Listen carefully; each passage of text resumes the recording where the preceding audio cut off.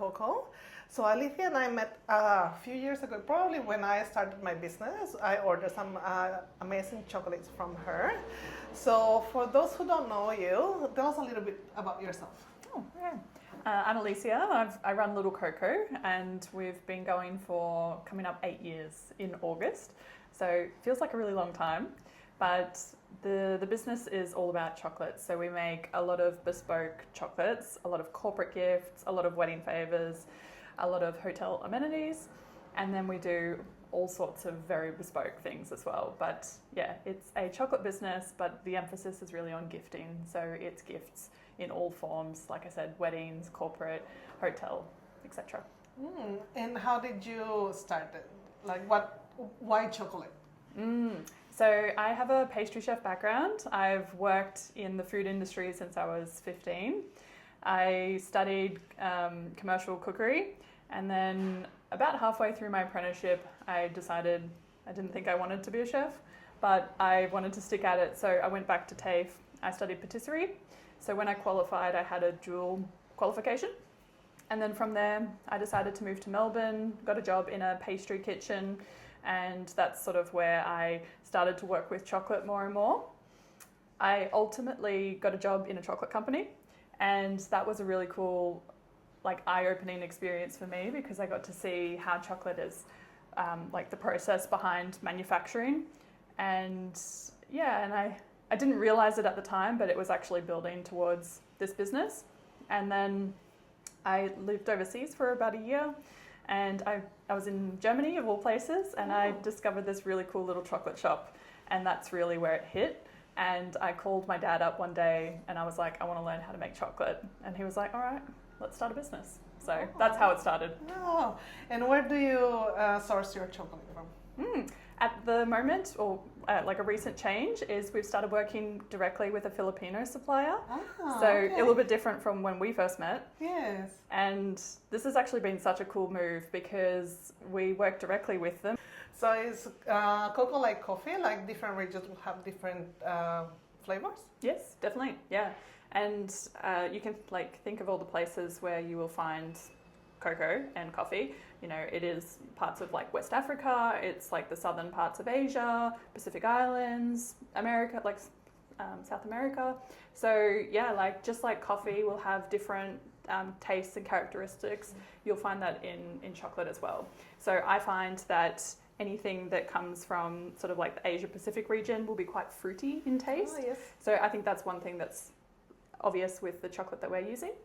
And then classically, like African cocoa is just really like rich, earthy, very cocoa-y, you know, has less of that fruitiness. So yeah, I mean, I'm not super well trained on that. I'd love to like develop that further, but there's definitely differences. What's your bestseller? Our bestseller is our box of chocolate pralines. So sort of like these ones here. So our core product is the chocolate praline. So it's a fine shell of chocolate with soft and decadent fillings. So just think of like caramels and ganaches and things like that. Yeah, so our boxes of chocolate pralines are just really special because they make the perfect gift. They are colourful, they're beautiful, it just presents really nicely in a gift box. So I find that most people come to us for that because it's, you know, it's made fresh, the fillings are like they're rich and they're soft, and I just think it makes such a special gift. So that's definitely the core product that we do, and it's what we sell the most of. What has been the most challenging part of your, opening your business? The most challenging part of running this business has probably been, I mean, I would say it's just the consistency of sales. I think for me, coming from a kitchen background, I didn't have any experience in marketing or sales. So that was something that was very new to me. And obviously as a business, you need to keep that flowing. So that's probably been like the biggest challenge. So that's a boring answer. Do you want to hear that? Yeah, that's all right. It's like the real answer. Yeah. Maybe I could give you like a fake answer. No, I'll keep it real. But then you've also done some amazing collaborations, like you've worked with Jota, you've worked with a lot of luxury brands. What is the highlight of any of your collaborations? or a product that you make really unique that you love to make it? Yeah, we've done really cool collaborations. Like, yeah, we worked with Hoda, with the team at Palette, and we've done some really cool chocolates that help support their desserts. We've also worked with some luxury companies, like we've worked with Bulgari. We did a run of 1,000 boxes, very custom chocolates. That was really cool.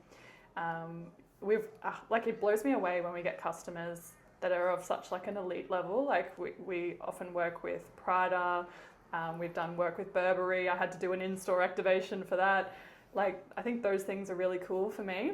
But we do all sorts of weird and wonderful things. Like we've worked with heavy industry, like mining companies, and then we've worked with pharmaceutical companies. So it just blows me away, like the scope of businesses that we get to work with. Mm-hmm. But at the end of the day, like I said, it ultimately is a gift.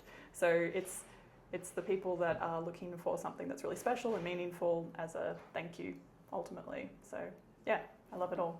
Oh, all right. So then these interviews, we love to support local businesses and to promote tourism as well. So within the Gold Coast, which is your favorite cafe? I do love going to the Winey Cow in Main Beach, and I just think they offer a very generous sort of meal for what you pay, and the environment is really cool because it's right next to the beach. So I do like that. I like that place. Restaurant?